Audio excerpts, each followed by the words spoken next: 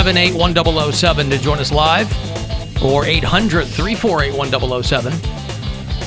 35192 if you want to shoot me a text. Yeah, that's why they lifted that ban, because all these people are texting me. Restaurants were already doing this. Not with cocktails. So, yes, all these people are like, we've been getting drinks from this place. They put a cap on it. That's why they lifted the ban. They're like, look, we know there's enough places already doing this. Yeah.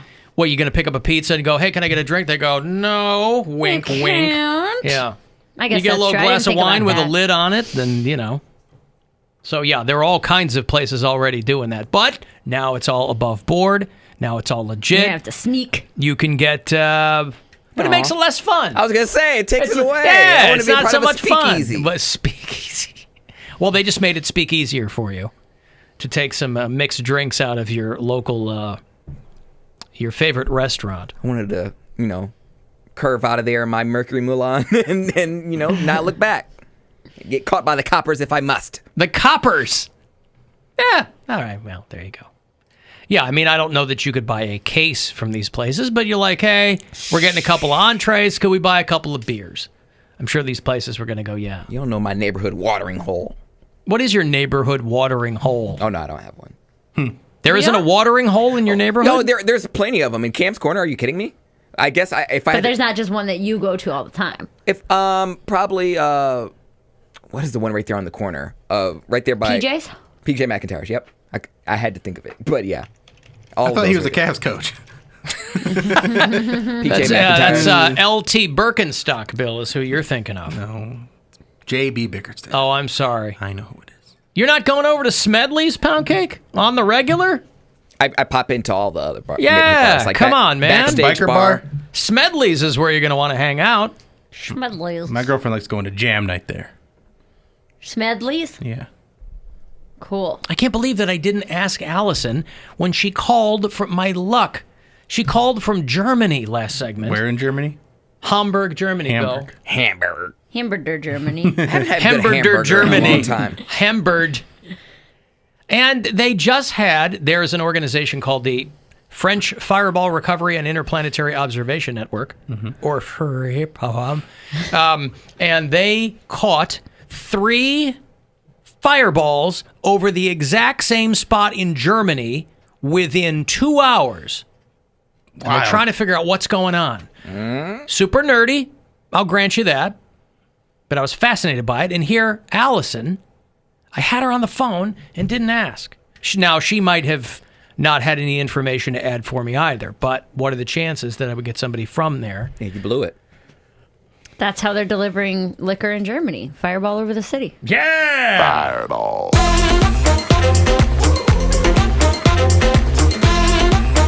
Yeah, I did. I screwed up. You blew it! Don't worry, it happens to me all the time. You blew it! That's what I want my level to be. Pound cake level. I mean, Hell yeah. Don't worry. I will absolutely worry. now you know how it feels. No, you're good. It's me every day.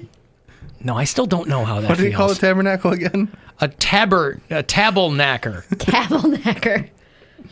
It sounds like Tarantula. tabbernacker sounds like a British insult. No, it sounds like a finishing move for a wrestler. Hey, hit him with the tabernacle! Oh no, Stone Cold won't recover from this. I pictured fishing lure. I don't know why. Tabernacker, Yeah. like in your tackle box. Well, yeah, maybe that's why, because it sounds like tackle box. Maybe I So is pictured it- like one of those big long ones with all the frills, and it's like glittery. You got to tie your own fly. It's my tabernacle. So is what I said an accident, or did I just want you to explore your imagination? Oh, It was an thought accident. It was an accident. Throw- Big lips, my Absolutely dear. an Big lips, my dear. Yeah, it was an accident. So was Tarantula.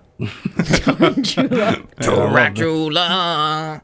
But I do like how you cast it as people opening their imagination. You know, imagine what could be if none of us knew spelling or grammar.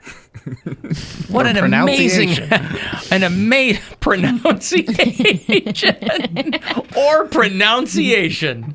That's right. If none of us knew grammar or spelling or any of that stuff, it would be, what a wonderful world it would be. Oh, what What a relief. wonderful. What a wonderful word. I am a grate speller, and you'll never tell me other huise that I don't know what I'm talking about. College graduate.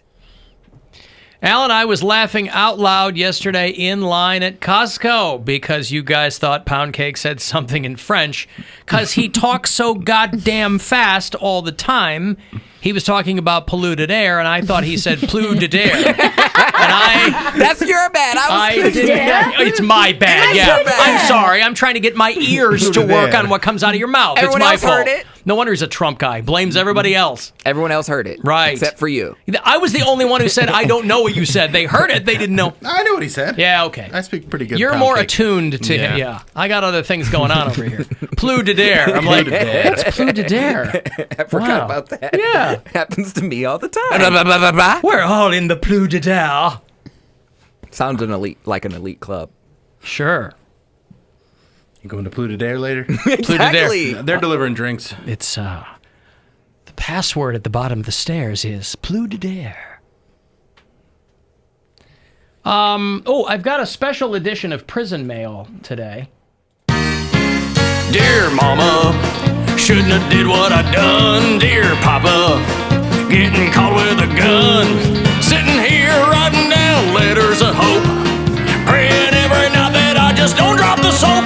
Dear Alan, read my message today. I'm in prison! It's not a letter, but a guy got a live video out of Elkton Federal Prison and posted it to YouTube. And I obviously am not going to play the whole thing. It's 20 minutes long, and it is replete with profanities. But I chopped a little bit of it out. 20-minute video that this guy recorded on a contraband phone and posted to Facebook Live about how they're just letting people die in prison from COVID-19. This is a guy named Aaron Campbell. He's a 31-year-old inmate.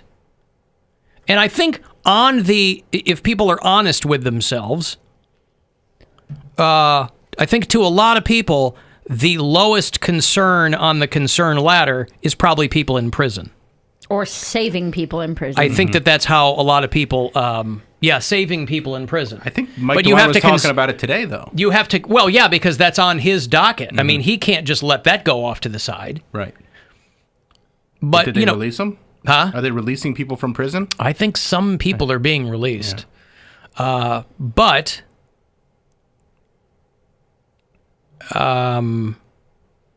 Amy Acton mentioned it, I think, in passing. It was something that they had to concern themselves with. And not everybody in a prison is incarcerated there. You have a lot of people working there.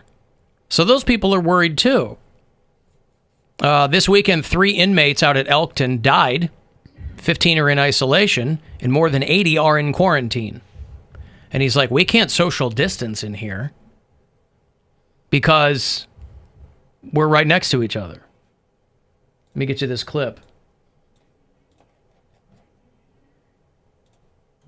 I don't even know how to start this, but it was all good like a couple days ago, right? All of a sudden, out of the blue, everybody just dying and getting sick and shit like this. Shit serious as like they literally leaving us in here to die. Like, it's probably like 3 dudes I know already and shit. You feel me? And they took out this bitch dead that I literally knew and shit. The rest of these motherfuckers just sick as hell, They talking about social distance and shit.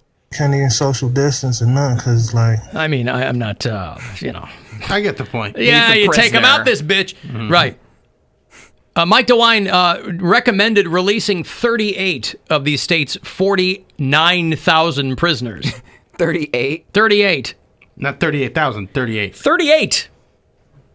Pregnant women and those over 60 with fewer than 60 days left to serve. Imagine you're over 60 and you're 2 months away from being released.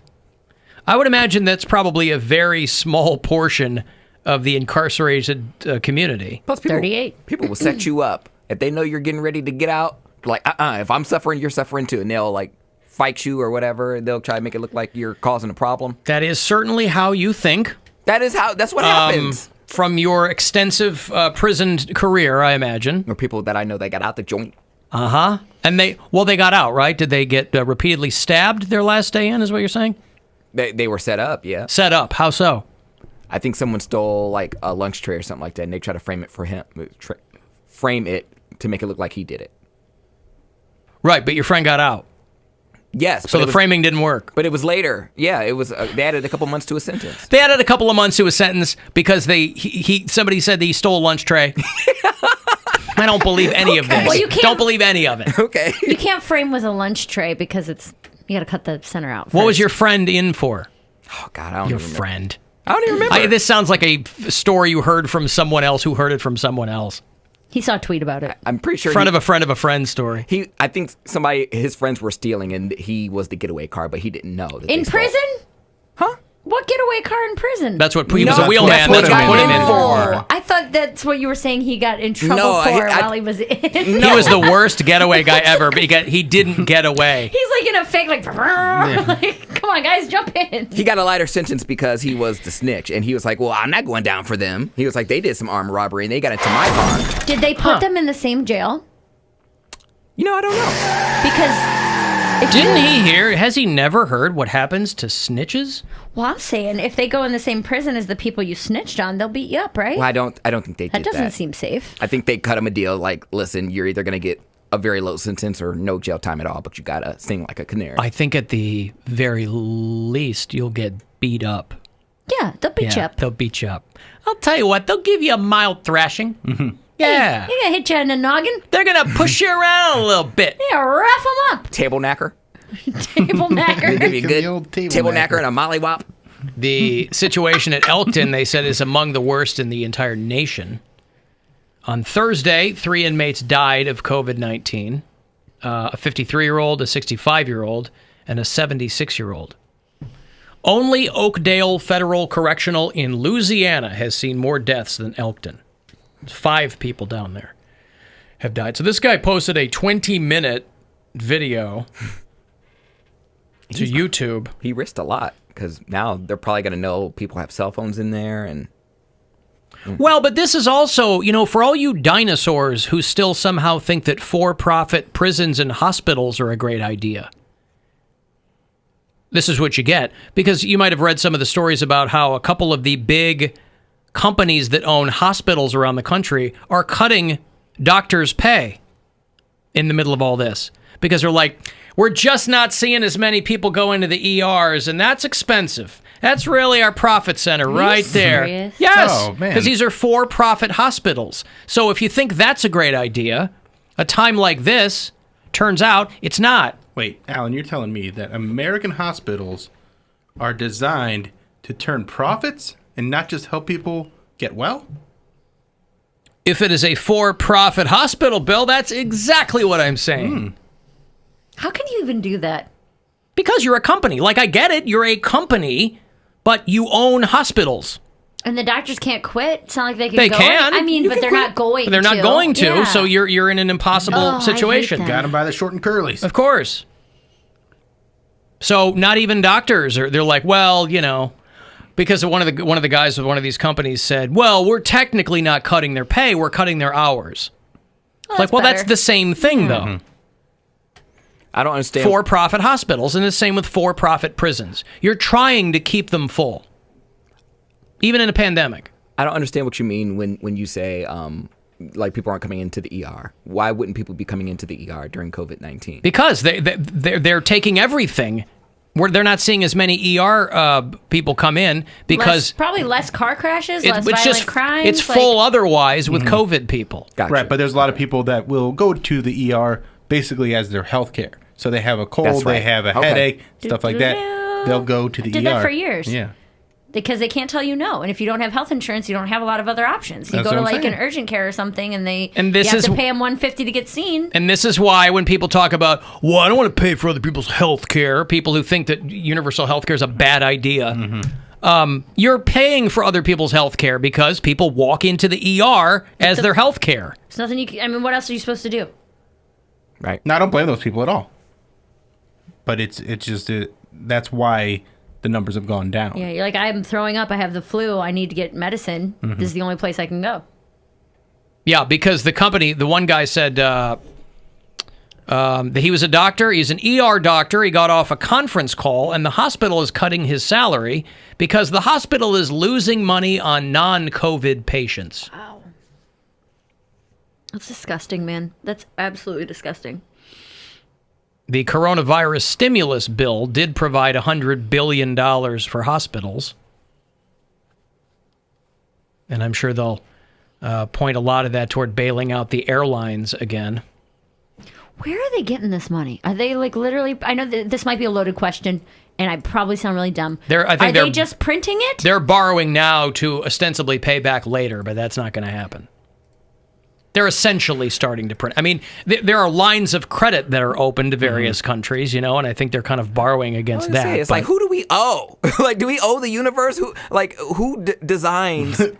Well, that's one of those things that's out there where it's like the planet is in like $20 trillion of debt. I was like, they're like, who? Yeah, who do we owe? The It's planet. stupid. We came up with currency. China. We came up with that. No, but every country owes another country a lot of money, and vice versa. So, and if we don't pay it, what? Huh? And if we don't pay it, what's going to happen? Get kicked out. Well, numerically, us. it just builds up. But that's why you have like deficit hawks and people that say debt doesn't matter. Don't. Trump, he's like, I'm the king of debt. He loves other people's money because he never pays it back, right? He's built his entire career on either stiffing people, screwing them, never paying them back. Sounds about right. Whatever. Because that's kind of how money works. Get chose. Yeah, well, that's great. But when you're in a global pandemic and you're a company that goes, well, we got to cut back on doctors, it just doesn't make sense to people. It just doesn't make common sense. That's the people who should get beat up. These guys cutting doctors' hours. You go punch them. Give them a good tap on they the answer- back. Give them a tap on the They back. answer to their shareholders. That's the function. The one rule of business, just keep it in the black, man. That's all it is. That's the function of it. But down the road, maybe start having more substantive conversations about whether this is what we want to continue. So when people go, universal health care costs so much. Yeah, well, we just wrote a check for $2 trillion. So where'd that come from? And we're probably going to write another $2 trillion more. So $4 trillion. You tell me you don't have the money to pay for other stuff? Well, whatever. That's a lot of money. Allison's back from Germany. You're calling me back from Germany? Yeah, so I heard about the Germany fire flitza, whatever that you said. Oh, yeah, that fireball. They had 3 fireballs over the same part of... Did you hear about it? Are you near that? No, I didn't. I was calling back to ask what the heck you were talking about. There were 3 fireballs over the course of like 1 hour that fell over the exact same spot in Germany. Well, I didn't hear about that. But you guys ended up talking about medical blah, blah, blah since then. And, Germany's in a way better spot because we pay higher taxes over here and have a way better medical system than the U.S. And that's why the U.S. is in such a terrible situation right now. But you don't have the options. You don't have the choice that Americans have. That's a joke. Well, no, but again, a lot of, when when people say, I don't want to pay more taxes for stuff, like, I understand that notion, but as unhealthy as most people in this country are, you think they'd go, yeah, I'll pay a little bit more in tax if I can get free health care. Or if we just redistribute the way taxes are spent. Or something. Yeah, the way we spend it so much. We spend so much on defense and next to nothing on education and healthcare. I mean, so I've been paying taxes my whole life in Cleveland, Ohio, and then I moved to Germany, and yes, I'm paying more taxes on every paycheck, but I have free health care over here, and I mean, everybody that goes into the hospital right now has a ventilator. They've got the staff to help these people. I mean, it's a completely different system over here, and Allison, I heard a rumor that you can get a doctor as a house call. Like he can just, you pay like $50 or something like that. At least that's what I heard in France. Is that the same in Germany? So I don't actually know, but I know that you can call them like via Skype and say, hey, I've got these symptoms. And this is on a normal day, not the COVID-19 stuff, but just say, hey, this is what's going on. and they can give you a prescription. But I think you can do that in the U.S. as well, depending on your healthcare plan. But when you think about it, it is so ingrained in the American experience to crap your pants every time you get sick. Mm-hmm. It's just a part of life that other people around the world don't have. That, oh my God, am I going to go broke because I'm sick? So true. Because it's tied to my employer. And am I going to go broke because now I don't have a job and I don't have health insurance? You have all these people staying in jobs that they hate because they've got benefits. Yeah, we had someone email us that was saying that they are allowed to stay home during the pandemic, but if they don't come to work, they're going to lose their insurance. And so it was like, okay, well, I have to come to work then. It puts you in an impossible position. Yeah. All right. Hey, listen, Allison, I'm sorry you missed the fireballs, but I appreciate the call. Oh, yeah, I am too, apparently. I didn't even know about it, but thanks for enlightening me. All right, there you go. Good pun. There's Allison in Germany. And so anyway, that was Prison Mail. Guy got some video out of Elkton, and they're having a really hard time out there. So they got to figure that out.